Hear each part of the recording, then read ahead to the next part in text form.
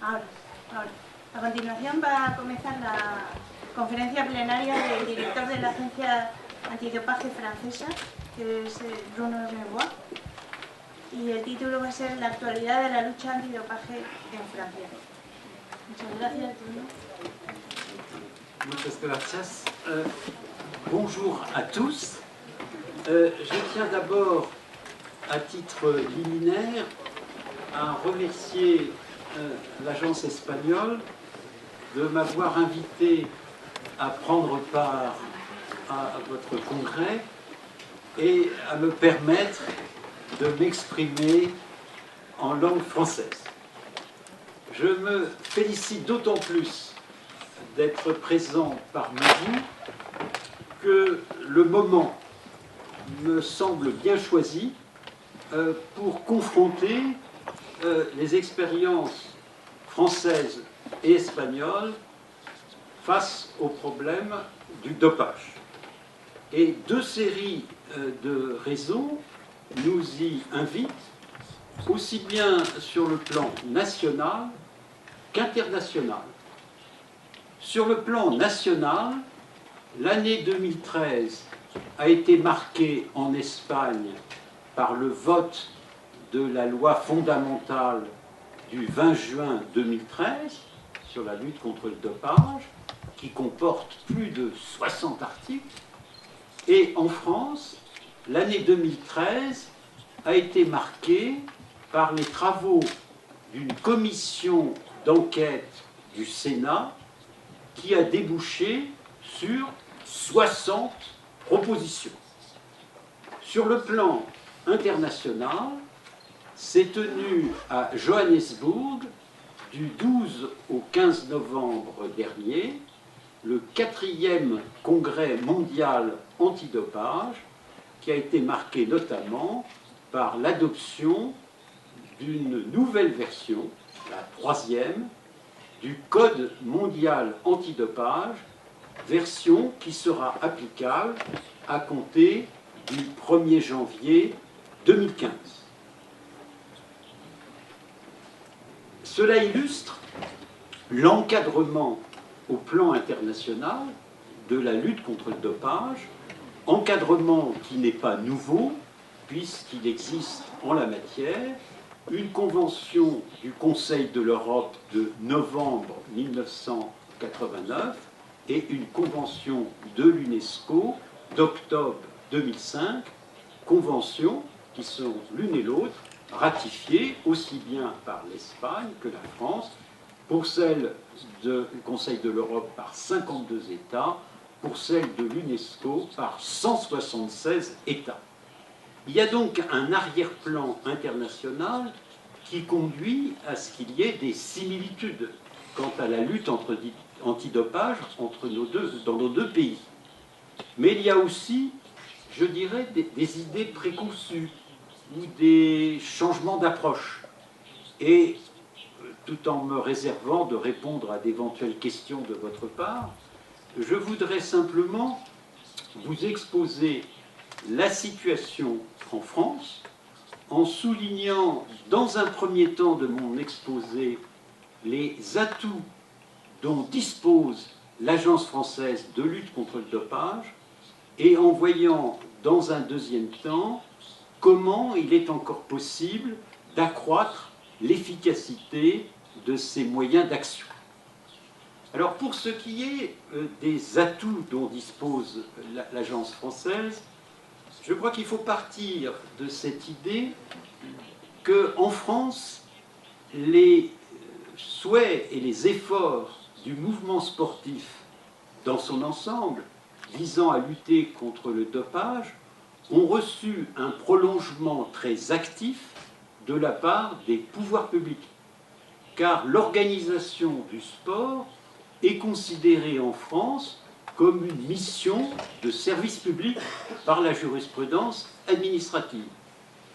Cela explique la création dès 1999 d'un conseil de prévention et de lutte contre le dopage auquel s'est substitué, en vertu d'une loi du 5 avril 2006, l'Agence française de lutte contre le dopage. Alors j'ai coutume de dire que l'Agence française bénéficie d'un côté d'un cadre juridique et administratif qui est pertinent, bien adapté à son action, et qu'elle dispose de moyens d'action conséquents. Ce sont ces deux aspects que j'évoquerai dans le cadre de l'examen des atouts dont dispose l'Agence française. Alors, sur le plan juridique, et compte tenu de ma formation, puisque je suis membre du Conseil d'État français, je n'y suis pas insensible, je trouve que notre législateur a fait, en matière de lutte contre le dopage, des choix judicieux. Premier choix judicieux, c'est l'existence même d'une autorité publique indépendante en charge de la lutte contre le dopage, indépendante du mouvement sportif, indépendante du gouvernement, en ce sens que nous ne sommes pas soumis au pouvoir hiérarchique du ministre des Sports. L'Agence française, si on tient compte de l'existence en 1999 du Conseil de prévention et de lutte contre le dopage, dispose d'une certaine antériorité. Par exemple, l'agence allemande a été créée en 2002, l'agence brésilienne en novembre 2011 et l'agence algérienne, j'ai appris ça tout à l'heure, en juillet 2013. Autre choix judicieux, la composition du collège qui administre l'agence française. Cette composition reflète bien le caractère pluridisciplinaire de la lutte antidopage. Sur les 9 membres de ce collège, vous avez 3 juristes issus du Conseil d'État et de la Cour de cassation, 3 scientifiques désignés respectivement par l'Académie des sciences, l'Académie de médecine, l'Académie de pharmacie, et 3 représentants du monde du sport, un membre du conseil d'administration du Comité national olympique et sportif français, un athlète ou ancien athlète de haut niveau, et un représentant du Comité national d'éthique qui est censé représenter le mouvement sportif. Doit également être approuvé le choix fait par le législateur français consistant à réserver la répression administrative et disciplinaire du dopage dans le chef du sportif par des sanctions sportives, c'est-à-dire essentiellement des interdictions de compétition plus ou moins longues. Et le fait de réserver la répression pénale au trafic de substances interdites. Alors l'intérêt de ce choix est de permettre que la sanction sportive puisse intervenir assez rapidement, tandis que toute procédure pénale est nécessairement assez longue. Autre choix judicieux, la compétence disciplinaire, c'est-à-dire en matière de sanctions administratives de l'Agence française, a été définie de façon très habile afin qu'elle soit subsidiaire et complémentaire par rapport à celle des fédérations sportives. Si le sportif est licencié et s'il fait l'objet d'un rapport d'analyse anormale à la suite d'un contrôle, son cas est soumis aux organes compétents de sa fédération. Si ces organes compétents ne se prononcent pas dans des délais déterminés, qui ne peuvent pas excéder 4 mois, l'Agence française est saisie de plein droit. Si les organes de la fédération ont statué dans le délai de 4 mois, l'Agence française peut quand même décider d'évoquer le dossier si, au vu d'un premier examen, elle a le sentiment que la sanction infligée est soit trop clémente, soit au contraire excessivement sévère. La fédération a voulu faire un exemple. Ce chef de compétence est destiné à harmoniser les sanctions selon les disciplines sportives. Le troisième chef de compétence de l'agence, c'est pour étendre des sanctions prononcées dans un cadre déterminé par une fédération à l'égard de ses licenciés à des disciplines voisines pour éviter des détournements de procédure. Si vous avez été condamné par la fédération de triathlon, il serait anormal que vous puissiez pratiquer la natation, l'athlétisme ou le cyclisme, d'où des possibilités d'extension. Et enfin, dernier cas, c'est si le sportif n'est pas ou plus licencié, il y a une compétence directe de l'agence. J'estime pour ma part que ces choix sont judicieux et c'est un des atouts dont dispose l'agence, mais le cadre juridique n'est pas le seul qui doit être pris en considération. L'agence française dispose également de moyens d'action conséquents. C'est le deuxième aspect des atouts dont dispose l'agence, dont je voudrais dire un mot maintenant. Alors on en a une double illustration, d'abord sur un plan administratif, et ensuite sur un plan financier, même si de ce dernier point de vue, l'évolution la plus récente n'est pas pleinement en faveur de l'agence. Mais commençons par l'aspect administratif. L'agence française regroupe, depuis la loi de 2006, plusieurs entités. La première entité, c'est le département des contrôles. Le directeur de ce département, dans le cadre d'un programme général de contrôle annuel arrêté par le collège de l'agence, a toute latitude pour faire pratiquer des contrôles lors de compétitions ou à l'occasion d'entraînements. C'est aussi le directeur des contrôles qui soumet au collège de l'agence la liste des sportifs qui sont astreints à des obligations particulières destinées à permettre l'exercice de contrôles inopinés en dehors des compétitions. C'est ce qu'on appelle dans le domaine du sport le contrôle de localisation auquel peuvent être astreints certains groupes de sportifs, les professionnels, les sportifs de haut niveau par exemple.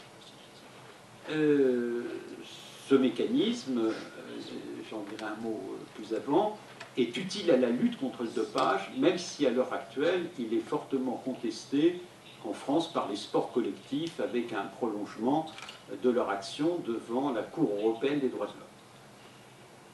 Voilà donc l'action menée par le département des contrôles. Sur le terrain, elle s'appuie par l'existence d'un réseau de plus de 300 préleveurs agréés et assermentés par l'agence qui permettent de quadriller tout le territoire national.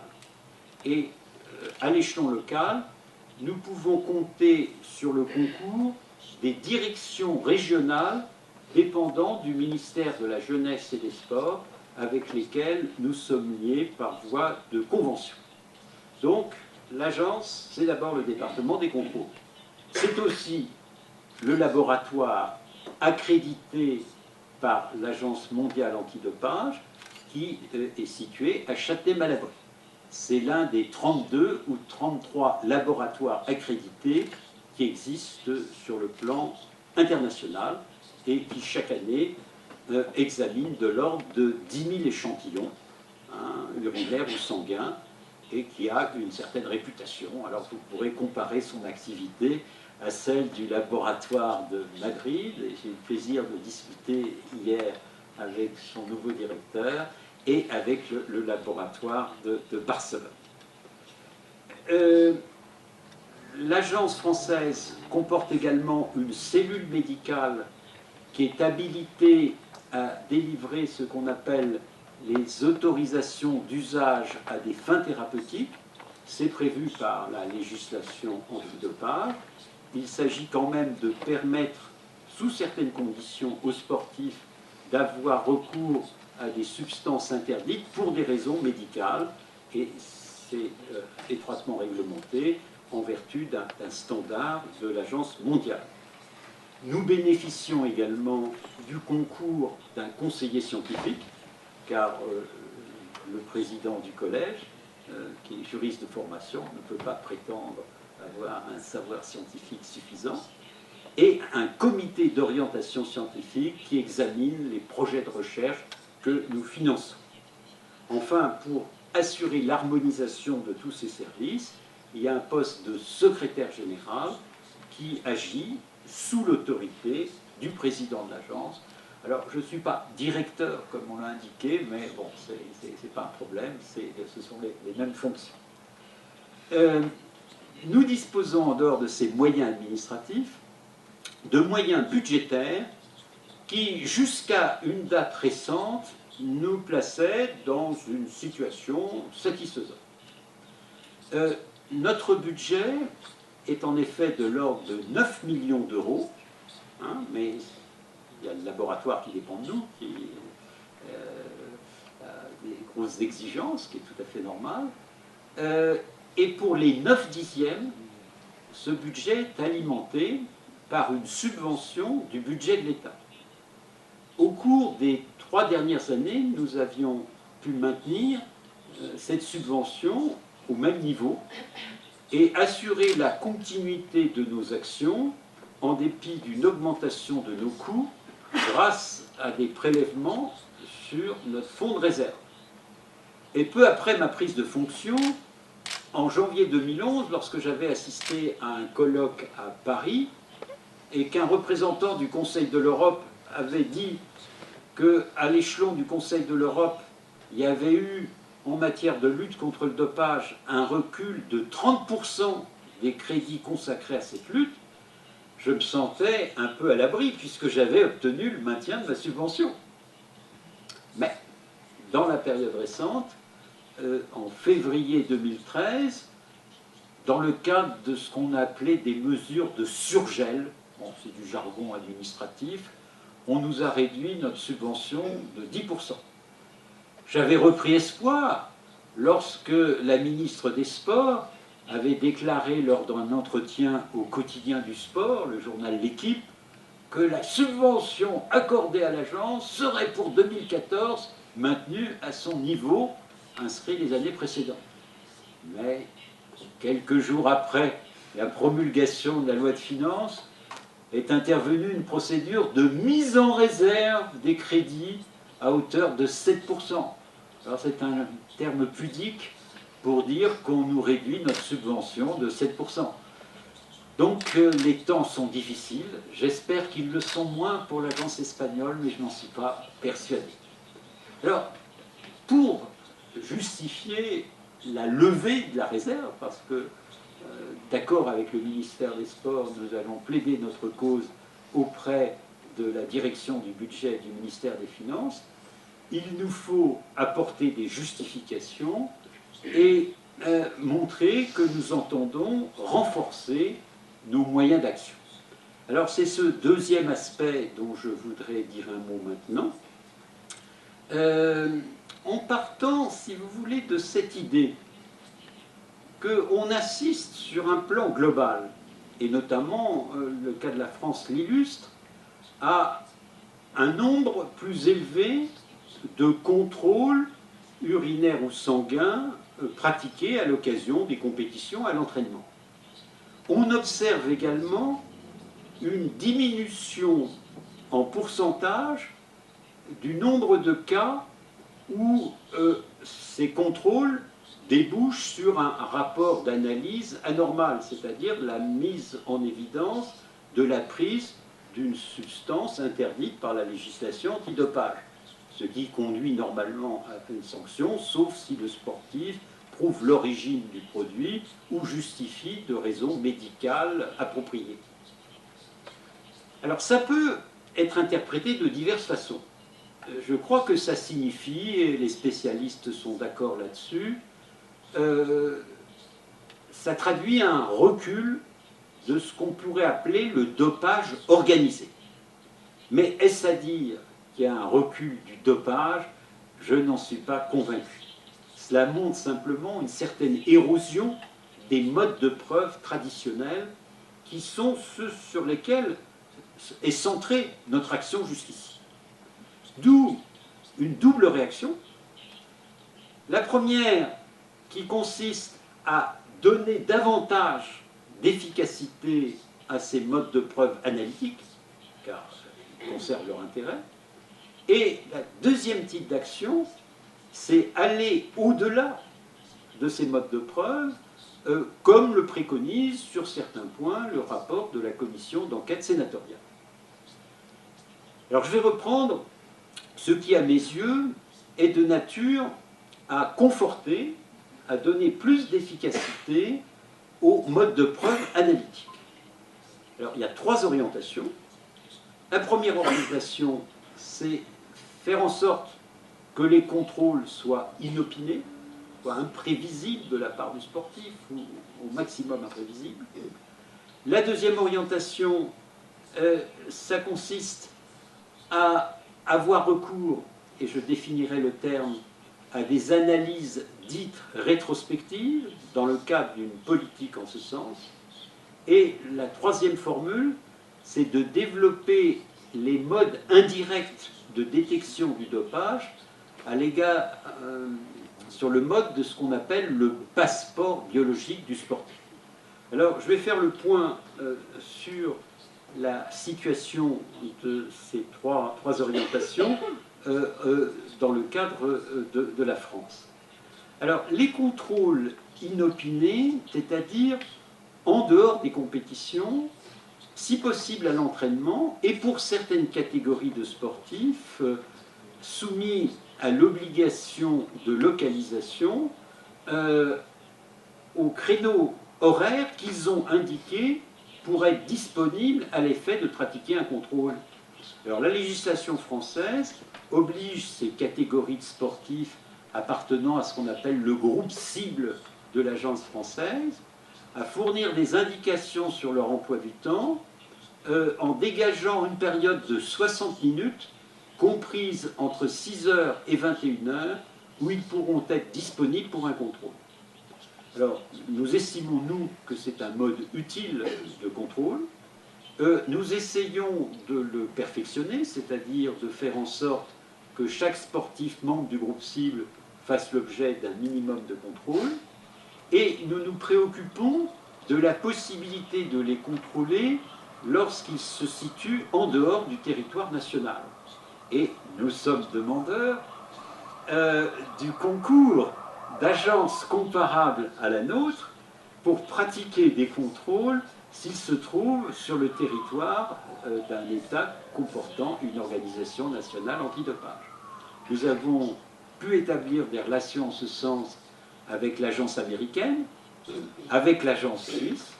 Nous ne demandons pas mieux que d'avoir des concours du même type avec l'agence espagnole, bien entendu, à charge de réciprocité.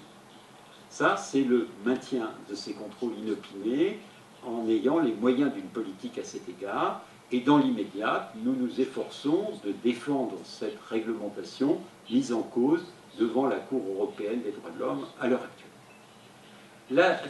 Le deuxième moyen de renforcer ces contrôles traditionnels, c'est-à-dire les contrôles analytiques, consiste à dégager et à annoncer à l'avance une politique consistant à procéder en des analyses rétrospectives. Alors qu'est-ce que ça veut dire? Ça veut dire que les échantillons qui ont été prélevés, l'échantillon A, pour la première analyse, s'y reste un reliquat. L'échantillon B, destiné à des analyses de contrôle, sont conservés de manière sélective, car on ne peut pas tous les conserver, car sinon, ça serait d'un coût prohibitif. Ils sont conservés dans la perspective d'analyses ultérieures tirant parti des progrès des techniques de détection. Cette pratique vient d'être reconnue légale par le Conseil d'État français dans un arrêt du 29 avril 2013 tout récent, et elle est pratiquée avec bonheur par le Comité international olympique pour ce qui est des Jeux olympiques aussi bien d'été que d'hiver. Pour les Jeux de Londres, par exemple, a été annoncée la conservation des échantillons pour un nouvel examen à l'occasion des Jeux qui auront lieu au Brésil. Alors si c'est annoncé à l'avance, ça peut jouer un rôle dissuasif vis-à-vis des sportifs. Hein. Ils peuvent peut-être passer à travers les mailles du filet lors d'une compétition, mais ils peuvent être rattrapés 4 ou 5 années après. Alors notre souhait à nous, Agence française, est de pratiquer cette politique pour ce qui nous concerne, mais aussi d'inciter les fédérations internationales à œuvrer en ce sens et à suivre l'exemple donné par le Comité international olympique. Je pense en particulier à la Fédération internationale de football qui ne s'est pas spécialement illustrée par des contrôles très approfondis lors de la dernière Coupe du Monde de football. Le troisième moyen de perfectionner les contrôles analytiques, c'est la mise en œuvre de ce qu'on appelle, par une traduction approximative de termes anglo-saxons, le passeport biologique de l'athlète. Athletic Biological Passport. Alors, c'est une technique de détection du dopage qui a été mise en place avec l'appui de l'Agence mondiale antidopage, d'abord par l'Union cycliste internationale et dans la période récente avec des résultats tangibles par la Fédération internationale d'athlétisme. Ça consiste à apporter la preuve du dopage, non plus à la suite de l'examen d'un échantillon urinaire ou sanguin isolé, mais par la comparaison des données résultant de l'examen de plusieurs échantillons au cours d'une même période, une période d'une année, et il faut, selon les spécialistes, entre 4 et 9 échantillons pour faire des comparaisons valables. Alors, ces comparaisons doivent mettre en évidence, ou permettre de mettre en évidence, des évolutions anormales de paramètres physiologiques pertinents. Par exemple, le nombre de globules rouges dans le sang qui augmente de façon inexpliquée et qui donne à penser qu'il y a eu prise d'EPO, d'érythropoïétine, moyen d'accroître, de favoriser l'endurance du sportif, ou même une autotransfusion sanguine. Alors l'Agence française a œuvré dans le sens de la prise en compte par le droit français de ce mode de détection du dopage. Nous avons pris une délibération en ce sens en octobre 2011, qui a été prolongée par une loi française du 12 mars 2012, et au lieu de l'appeler ça passeport biologique, parce que le terme passeport, ça laisse entendre une liberté d'aller et venir, ça n'a pas beaucoup de sens, le législateur français a parlé de profil biologique du sportif, mais a souhaité que ce mode de détection du dopage soit limité aux sportifs professionnels, aux sportifs de haut niveau, aux sportifs espoirs et aux sportifs antérieurement condamnés pour fait de dopage. Donc la cible est plus limitée, mais c'est assez logique.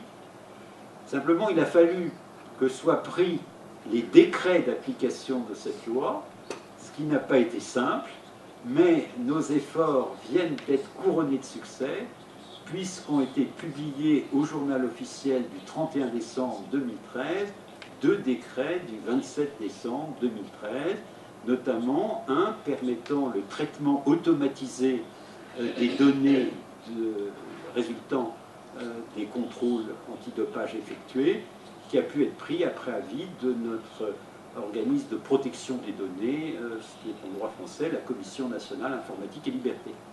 Alors, dans l'immédiate, nous mettons ce dispositif en œuvre pour ce qu'on appelle le profil hématologique du passeport. L'Agence mondiale venant de mettre sur pied ce qu'on appelle le profil stéroïdien, c'est-à-dire à partir de prélèvements urinaires, qui permettra de mettre en évidence la prise de produits anabolisants, nous estimons que c'est une voie de l'avenir de la détection du dopage. Mais on ne doit pas s'arrêter là.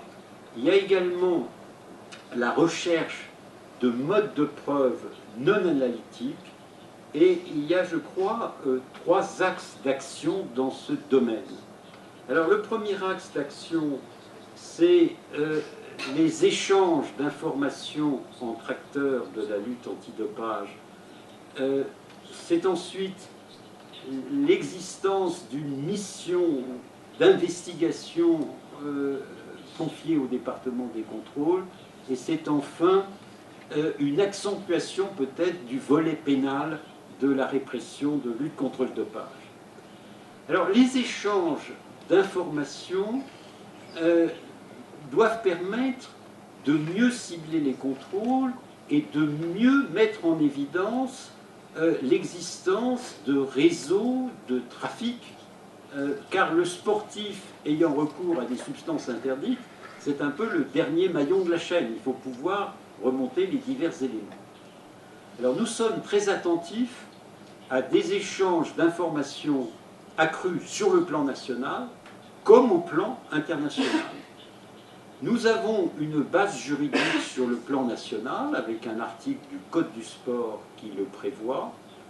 On essaye d'avoir un effet utile des dispositions législatives existantes sur ce point par la création à l'échelon régional, mais les régions en France n'ont pas l'importance des régions espagnoles, tant s'en faut, qui permettent, dans un lien de proximité plus étroit, des échanges d'informations entre les services dépendants du ministère de la Justice, la police, la gendarmerie, les douanes.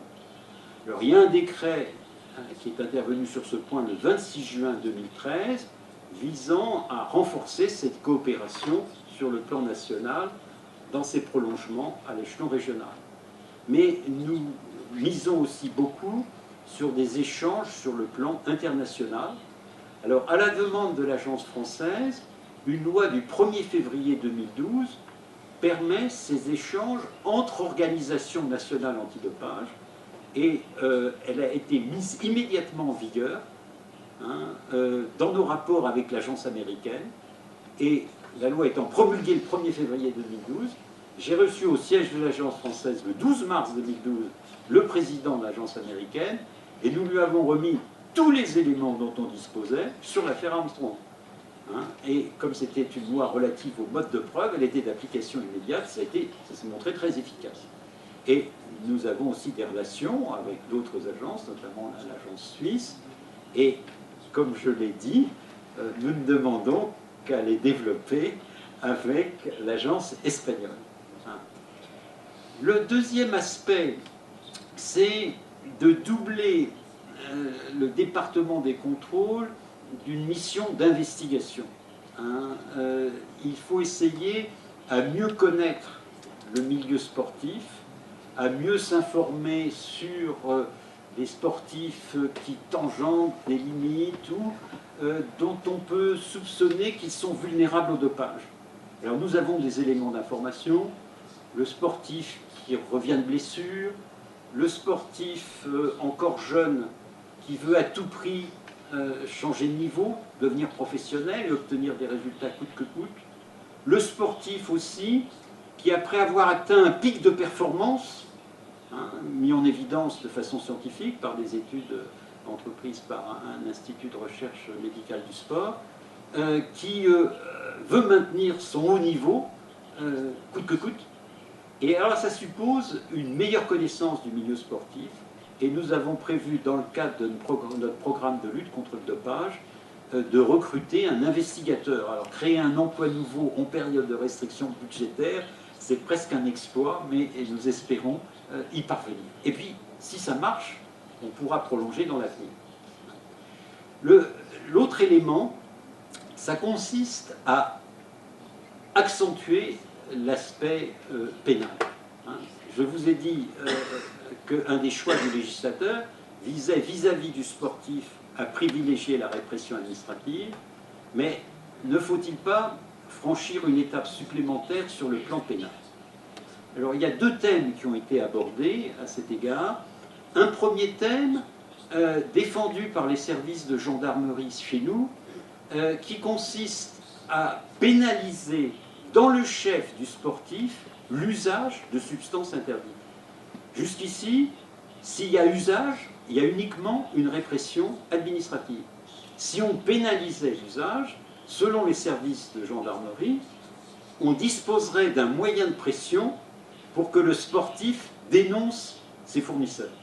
Et s'il dénonce, on peut prévoir pour lui des mesures de clémence, des immunités. Alors cette politique défendue par le ministère de l'Intérieur et des offices de lutte contre le dopage dépendant de lui, a été accueillie favorablement par le précédent ministre des Sports, mais négativement par l'actuel ministre. Alors moi, en tant que président d'agence, j'attends que le Parlement, s'il est saisi de la question, en décide ainsi.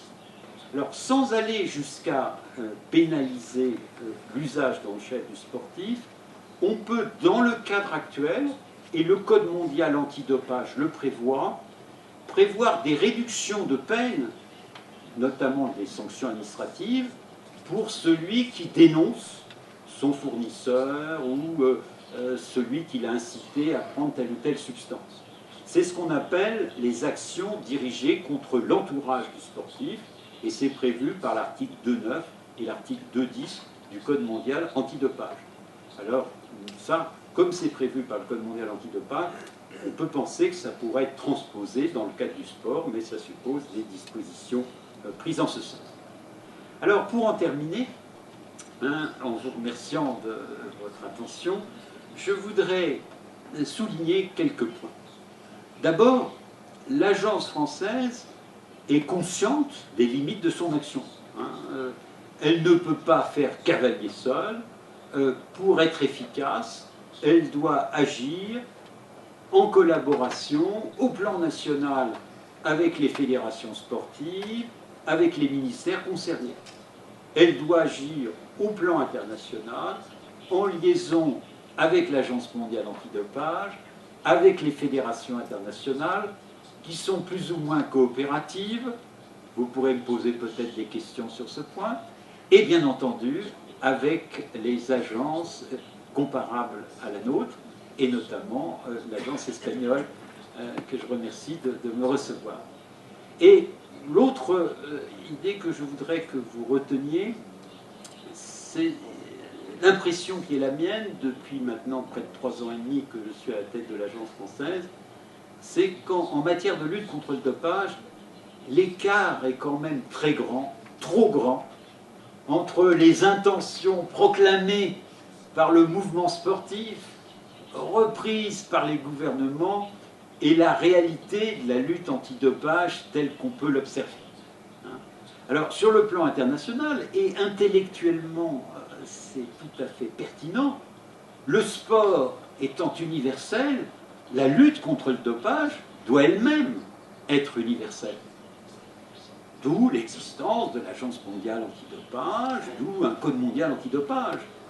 Mais encore faut-il que les États qui ont ratifié la Convention de l'UNESCO, qui fait référence aux principes du Code mondial antidopage, que les mouvements sportifs qui adhèrent au Code mondial antidopage aient des actions qui soient en harmonie avec les engagements pris.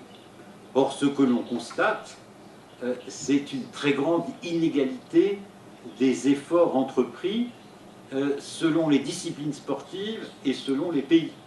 Et ce que nous appelons de nos voeux, c'est à plus de transparence sur les actions réellement menées, de manière à permettre un jugement de l'opinion publique et à inciter les responsables à être fidèles aux objectifs proclamés. Voilà, je vous remercie de votre attention et je suis prêt à répondre à d'éventuelles questions.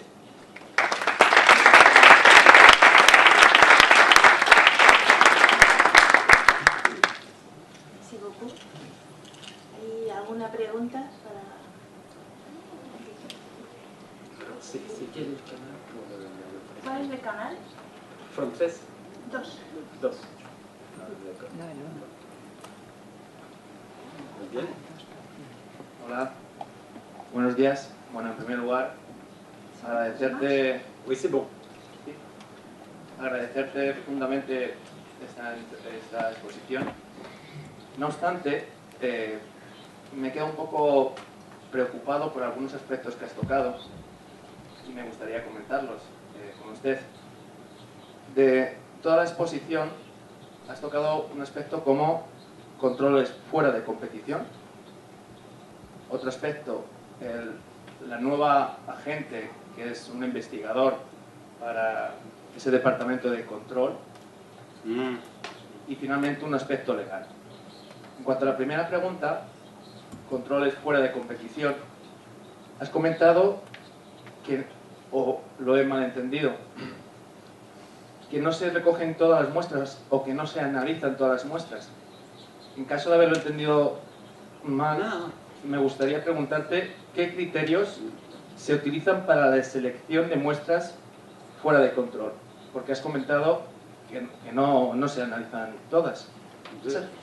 Je vais vous répondre. Je vais vous répondre sur ce point.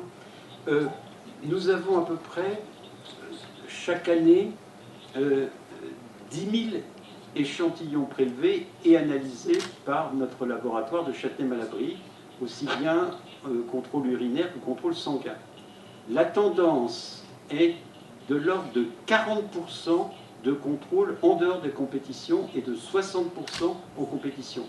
Et tous les échantillons transmis sont analysés, sauf ceux, et on essaye de réduire le pourcentage, qui feraient l'objet d'une anomalie, qui serait entachée d'un vice de procédure. Donc les analyses des échantillons prélevés sont intégrales.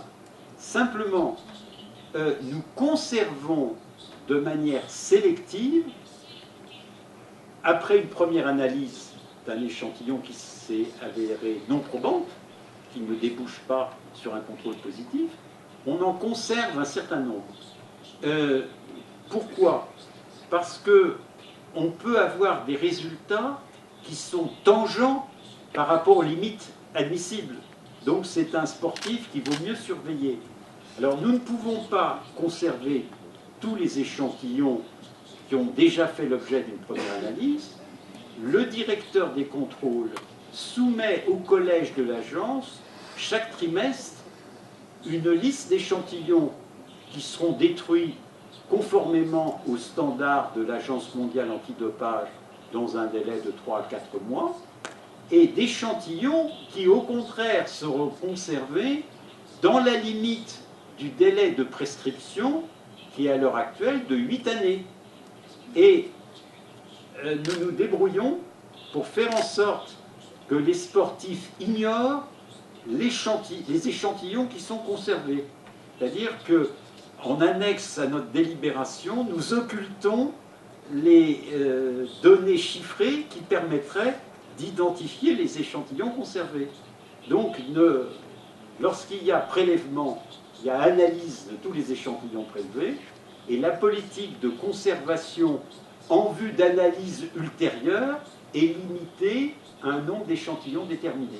Donc il n'y ait pas de malentendu à cet égard. No, en ese sentido. En relación a lo que comentas, entonces el nuevo cargo, el nuevo agente de perfil de controlador, perdón, el controlador o el investigador, va a tener en cuenta el perfil biológico también. Has hablado también de una persona que está lesionada. ¿Qué criterio realmente para hacer ese seguimiento? Alors, ce que nous voulons, c'est faire un peu ce qu'expliquaient les représentants de l'agence américaine à un symposium organisé par l'Agence mondiale antidopage à Lausanne au mois de mars. Le représentant de l'agence américaine nous avait dit qu'il suivait toute une série de sportifs de haut niveau, en règle générale, en se servant des données disponibles relatives à leur activité publiées dans la presse sportive et publiées par les intéressés eux-mêmes sur leur page Facebook.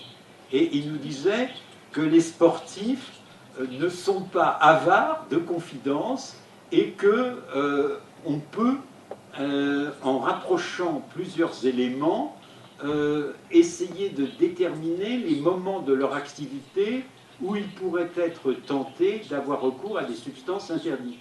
Donc, notre investigateur aura pour mission, il est encore en cours de recrutement, mais on a 2 candidatures très valables entre lesquelles il va falloir que je choisisse, d'abord de rassembler ce type d'éléments, ce que ne faisaient pas nos services de manière suivie. Et il va de soi que dans le cadre de la mise en œuvre du profil biologique, hein, l'expression française pour le passeport biologique, si des données font apparaître qu'un sportif est tangent par rapport aux limites, il sera destinataire de ce type d'information. Mais pas seulement lui, hein, le département des contrôles. On a prévu que l'unité de gestion du profil biologique de l'athlète, hein, qui est créée conformément aux lignes directrices de l'Agence mondiale antidopage, peut faire des recommandations au département des contrôles. Vous voyez, on va rassembler les données physiologiques et les données autres. Mais l'investigateur, il aura surtout pour mission de rassembler les données autres, hein, c'est-à-dire l'activité de l'athlète, ses déclarations, ses blessures, des choses de ce genre.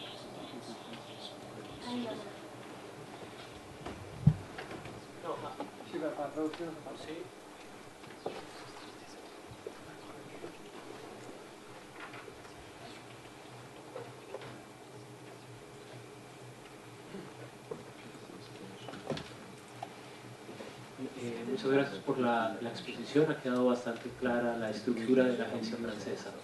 En estos 3 días, en el marco del Congreso, se ha hablado reiteradamente del papel educativo y preventivo de la sociedad para erradicar el dopaje en el deporte.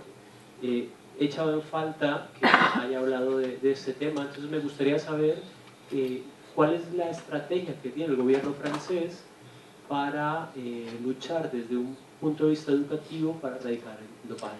Alors, je vais vous répondre. En 1999, quand une loi de mars 1999, adoptée à l'unanimité par le Parlement français, c'est intéressant, c'est rare, a créé le Conseil de prévention et de lutte contre le dopage. Et il lui a donné comme mission la prévention notamment. Mais la loi du 5 avril 2006 a changé cet état de droit et de fait en confiant la mission de prévention au ministère des Sports. Hein. Donc la loi de 2006 ne prévoyait pas expressément notre intervention au titre de la prévention. Alors, dans le cadre d'une modification résultant d'une loi du 1er février 2012, on a dit que l'agence française pouvait aussi s'occuper de prévention. Hein. Mais nous ne pouvons le faire que dans la limite des crédits dont nous disposons. Le rapport de la commission d'enquête sénatoriale, lui, a dit qu'il faut donner pleinement à l'agence la mission de prévention. Et il a prévu également, je n'étais pas mécontent d'ailleurs sur ce point, que les ressources de l'agence française seraient accrues. On accroît ses missions, on accroît ses ressources. Alors, il y a une ressource que nous espérons nous voir attribuer, c'est une taxe qui a été créée en décembre 1900, le produit d'une taxe qui a été créée en décembre 1999, qui est perçu lors de la cession des droits de retransmission des compétitions sportives à la télévision. Alors, en France, on l'appelle taxe Buffet, du nom de la ministre des Sports qui l'avait fait voter. Alors, le produit de cette taxe, qui donne des ressources importantes, hein, est attribué à un établissement public qui est le Centre national de développement du sport. Nous avons espéré, à un moment ça avait été envisagé par la loi française, que 1% ou une part du produit de cette taxe soit attribué à l'agence française. C'est ce que propose le rapport de la commission d'enquête sénatoriale, qui a été déposé fin juillet 2013. Mais depuis lors, la ministre a fait savoir au Sénat qu'elle voulait garder l'action de prévention pour le ministère. Bon, donc notre rôle restera limité en ce domaine. Et pour ce qui est des ressources autres que budgétaires, c'est-à-dire l'attribution d'une part du produit de la taxe dont je parlais, ça n'est pas envisagé car il faut que la France puisse financer l'organisation du championnat d'Europe de football, phase finale, qui aura lieu dans 2 ans. Et ça suppose des investissements complémentaires. Et donc, que sur ce point, disons, pour simplifier, hein, mais ne trahissez pas mon propos, que le sport-spectacle l'emporte un peu sur les autres aspects du sport. Alors, ce que je m'efforce quand même de faire, c'est de développer une action pour que l'agence française soit présente lors des contrôles auxquels donneront lieu les matchs du championnat d'Europe, de l'Eurofoot comme on dit, qui aura lieu en France dans 2 ans et auquel participera sûrement l'Espagne, qui se qualifiera, je n'ai aucun doute. Gracias.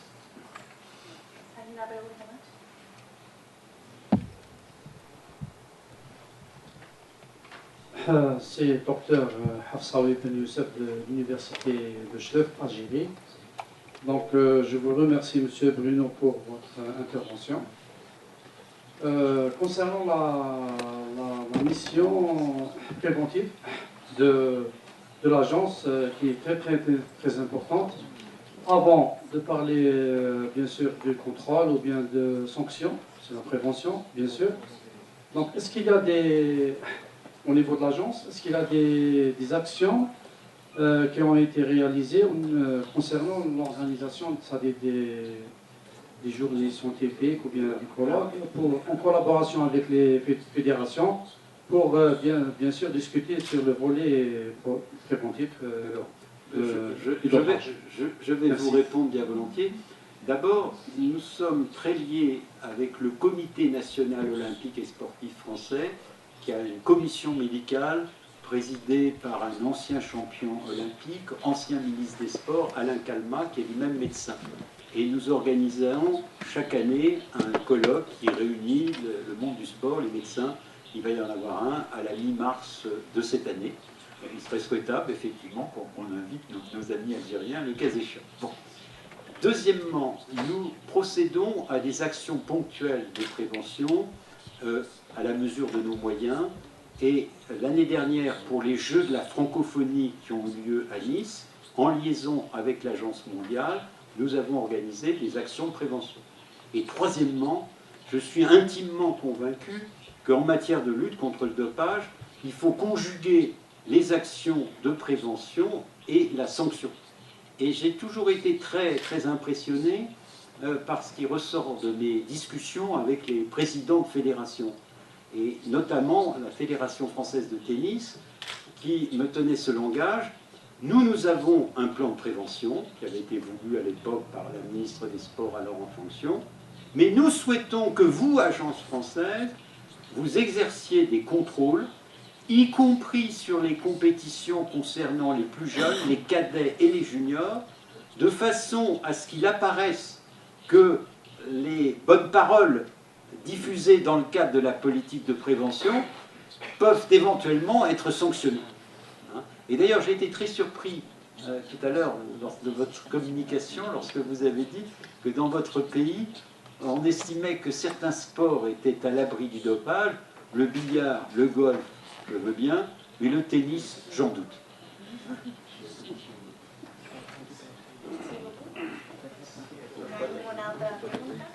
Una rápida después. Una rápida. Je vais répondre rapidement. Ah, ibas a preguntar tú, pues pregunta tú, por favor. Bueno, mi pregunta es acerca de está enfocada sobre la eficiencia del pasaporte biológico. Tenemos un caso muy reciente, que es el caso de Marta Domínguez, que ha sido una de nuestras mejores atletas y ha sido acusada por la Federación Internacional de Atletismo de un pasaporte biológico irregular. Su defensa se basa en la poca eficiencia del pasaporte biológico a través de una serie de estadísticas minuciosamente elaboradas, sobre todo la poca eficiencia en mujeres del pasaporte biológico. Usted ha dicho que el pasaporte biológico es uno de los pilares para la detección de casos de dopaje. ¿Qué opina usted? Si esto se demuestra realmente, habría que cuestionarse la validez del pasaporte biológico o no. Bon, alors il se trouve que j'ai pris connaissance d'un quotidien du sport paru ce jour qui, en page 37, parle effectivement de Martha Dominguez. Voilà. Alors, dans le cadre du comité de préfiguration du profil biologique de l'athlète, nous avons eu ce type de questions et l'exemple qu'on nous avait donné est celui d'une Allemande spécialiste des sports de glace qui aurait une particularité sur le plan physique et biologique qui expliquerait des anomalies. Alors, nous pensons, nous, que c'est dans le cadre des procédures telles qu'elles sont prévues, elles prévoient quand même des garanties. Hein, il y a un comité de 3 experts qui doit être unanime pour estimer qu'un profil biologique est anormal. Le sportif est ensuite invité à faire connaître tous les éléments de défense. Au vu de ces éléments de défense, le comité de 3 experts doit à nouveau être unanime pour dire que le profil est anormal, que c'est dans le cadre de ces procédures qu'une particularité qui reste quand même statistiquement très faible, hein, je ne connais que 2 exemples, celui de l'Allemande que portait à la connaissance du comité de préfiguration que je présidais et celui de Martha Dominguez, que ce type d'argument pourrait être mis en avant. Et pour le cas où il ne serait pas pris en considération par l'autorité antidopage, c'est-à-dire par l'Agence nationale, il y aurait un recours possible devant le Conseil d'État français. Donc on en prend note, ça doit normalement pouvoir trouver sa solution dans le cadre des procédures. Va a ser muy rápida. Un lujo tener a Bruno hoy, como fue el miércoles tener a Enrique.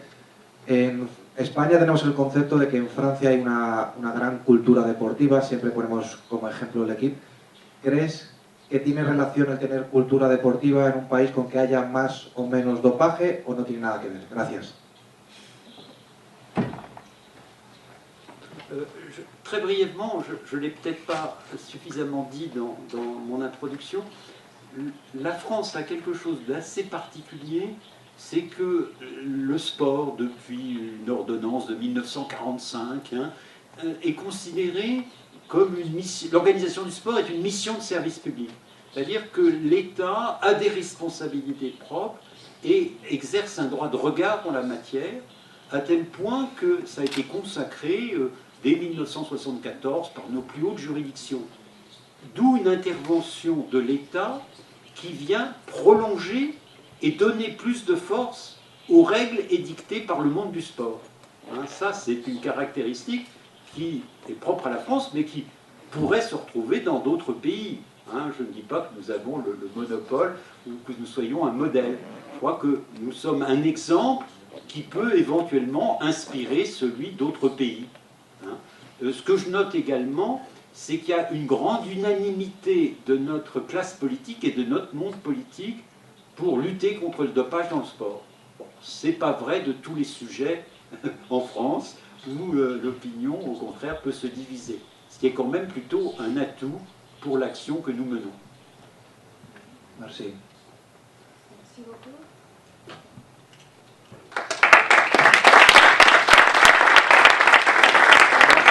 Je vous remercie de votre attention et de m'avoir accueilli parmi vous et je compte continuer de participer à vos travaux dans ma présence à Madrid.